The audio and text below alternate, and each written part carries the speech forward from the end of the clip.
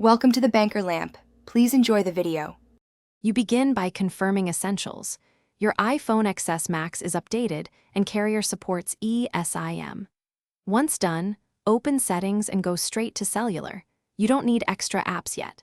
Make sure you have the carrier QR or activation code ready or the carrier app downloaded.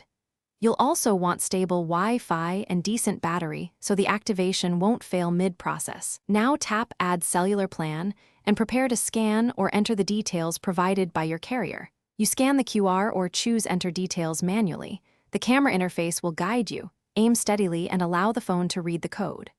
Once the plan appears, label it so you can tell your physical SIM from the eSIM. This matters for iMessage and FaceTime.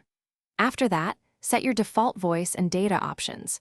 Pick which plan for mobile data and which for calls. If using the carrier app, follow its prompts. Keep the on-screen activation codes and confirmation ready for the next step. You finish by restarting the phone to ensure the eSIM profile fully registers on the network. This often resolves registration delays. Then verify service. Check signal bars, make a call, send an SMS, and browse data. If something looks off, go to Settings Cellular and confirm the right plan is active for data and voice. If activation still fails, reset network settings to clear old configs. If that doesn't help, contact your carrier with the eSIM activation reference so they can re-provision it.